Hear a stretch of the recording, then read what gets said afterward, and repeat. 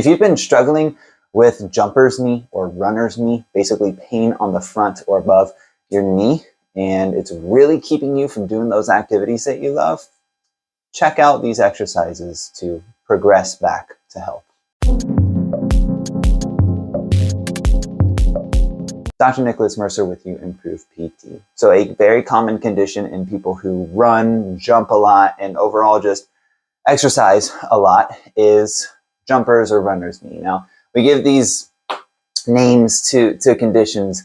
Some people call it jumper's knee, some people call it runner's knee, some people call it patellar tendinitis or patellar tendinosis or even like quadriceps tendinitis. But ultimately, it's pain in one of these structures in your knee, either right below the kneecap or right above the kneecap. Now, this often happens when we overload that tendon. So if your training volume has increased, especially if you're doing plyometrics, so jumping, running, various different sports, or even weightlifting. Recently, I just kind of got some patellar tendinitis, tendinosis, knee pain going on that kind of correlated with these symptoms of, my knee pain wasn't really there until I really tried to jump or squat or do an activity. And that's kind of indicative of that diagnosis.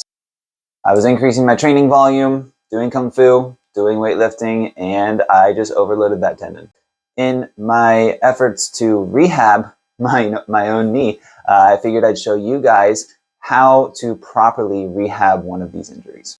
Again, the goal with all of my videos is to move more, pain less. And so I'm not going to tell you to just stop, rest it, it'll alleviate itself, it'll get better, because that's not always the case, and that's not what you want to do.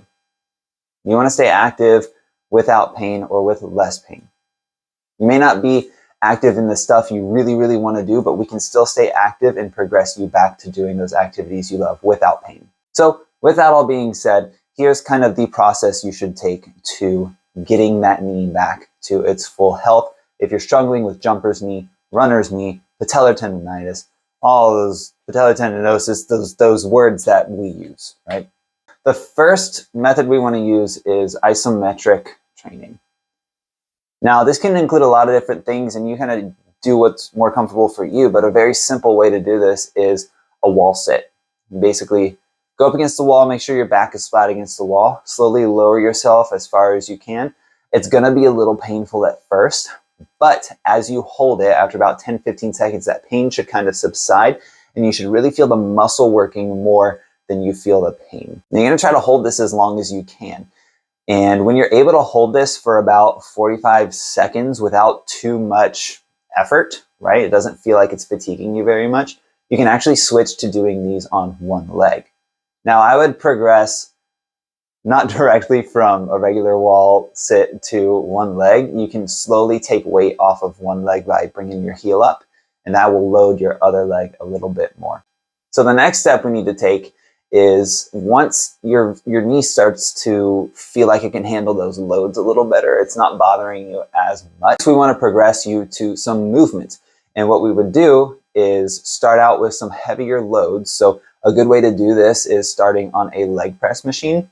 And here's the key. You need to do these repetitions very, very slowly because we want to make sure we can control that knee. We're not overloading the tendon and giving it more strain and stress than it is able to handle. So these should, again, you may feel a little bit of pain at the beginning, but as you do a few reps, it should subside. If you're continuing to get that pain as you do these reps, you're either not doing them slow enough or you're not quite ready for that exercise and you need to train that isometric a little more. If you don't have a leg press machine, the best way to kind of progress this is to actually get kind of like a slant board. And so it'll elevate your heels, it'll load the quads a little more. And we want to ensure that we're going down very, very slowly and then coming back up at the same speed that we went down, really controlling those muscles. This will ensure that we're getting proper load through the tendon without overloading the tendon, so we can allow it to continue to heal and handle these forces that originally were, causing your jumper's knee, runner's knee, patellar tendinitis, tendinosis, all that stuff. Now, once that starts feeling better, we can slowly progress to a little more power exercises. So You may still be getting a little bit of pain every here and there, and perhaps you need some hip stabilization or some more knee stabilization in certain positions. And so we're going to slowly progress your ability to do these more power-like plyometric activities. Now, the way we can start progressing this is a goblet squat, which will shift your weight a little bit more forward, so we're still loading the leg, but we're not having so much of a load that we're, again, overloading that tendon. And so what we would do, slowly come down and then a little bit faster up than we went down. Okay, so we're doing basic squats, going down nice and slow, and then going up a little bit faster. Not quite like you're gonna jump, but a little bit faster than you went down. It's very important to monitor your symptoms here and make sure that as you're doing this, you're not continuing to get an increase in pain. If you are getting an increase in your runner's knee, jumper's knee, patellar tendinitis, patellar tendinosis pain, then we need to back off, go back to those slow, heavier resistance repetitions to make sure that the tendon can handle those loads. So that's just kind of a basic way that you can start to rehab this injury, this jumper's knee, runner's knee, patellar tendinitis, patellar tendinosis. All those different words, basically the same condition. And you should feel like your knee can handle those loads a little bit better every week, maybe even every day. And again, always stay safe, be mindful of the pain, but don't be afraid of it. Respect the pain, but don't fear it. If you do this progression, you should be on a good track to move more, pain less.